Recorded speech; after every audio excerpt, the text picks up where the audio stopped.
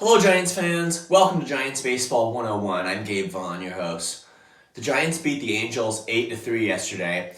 It was a comeback win. They were behind 3-2 in the ninth. And then they really came through with the big hits to come back and score 6 runs in that inning to ultimately take the game against the Angels. Logan Webb pitched 5 1/3 innings today, and he allowed 1 run, so good start from him. And then the bullpen carried it from there. Tyler Rogers, he allowed 1 run, and then Taylor Rogers pitched a scoreless 8th inning. And in the ninth, Patrick Bailey and Mark Mathias and Tyro Estrada and Blake Sable all came through with big hits after the Giants. It got a rally going with runners on base, and the end result was that the Giants took this game 8-3. So it's very refreshing after the loss of 2 games to the A's over the weekend. Now the Giants have beat the Angels, and that's not as easy of a thing to do as it maybe was in years past, because right now that the Angels, they're in playoff contention. They consider themselves a contending team, and therefore so does everybody else. So it was a challenge to come through and beat the Angels, but the Giants did that, and they just need to take this series now and add more wins to their record so they can get closer to first place in the division, which they're not very far back from, but it's just the Dodgers.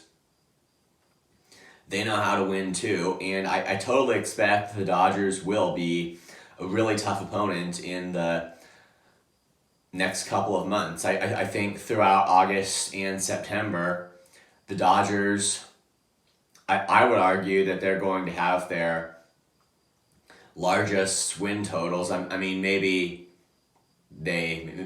their hottest streaks actually came in July, but I would argue that the Dodgers are going to be at least at their toughest peak of the entire year of 2023.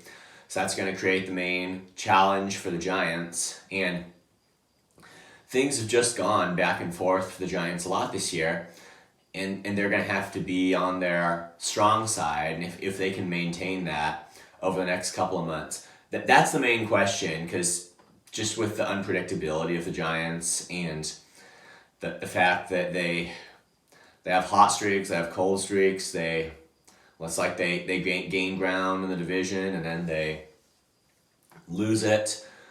I do think that at least a wild card spot is something of high probability for the Giants.